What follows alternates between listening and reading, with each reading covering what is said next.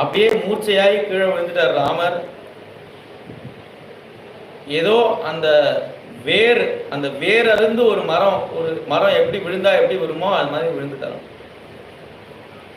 மம சேதம் மதம் தாத தரோயமிதி ராகவ தர்ம மூலம் துவயா சின்ன ராஜ்ய மித்யு ஜதாஸ்ததா.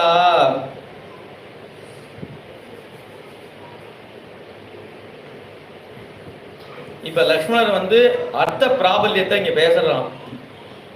நீர் எப்ப ராஜ்யத்தை விட்டேரோ அப்ப தர்மத்தோட வேர் அருந்து போச்சு.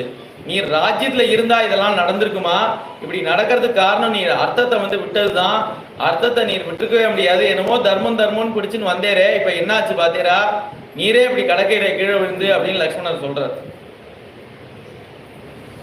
எல்லா சௌக்கியங்களும் எப்ப நம்மள்ட்ட வரும் அப்படின்னா நம்மள்ட்ட தனம் இருந்தாதான் வரும்.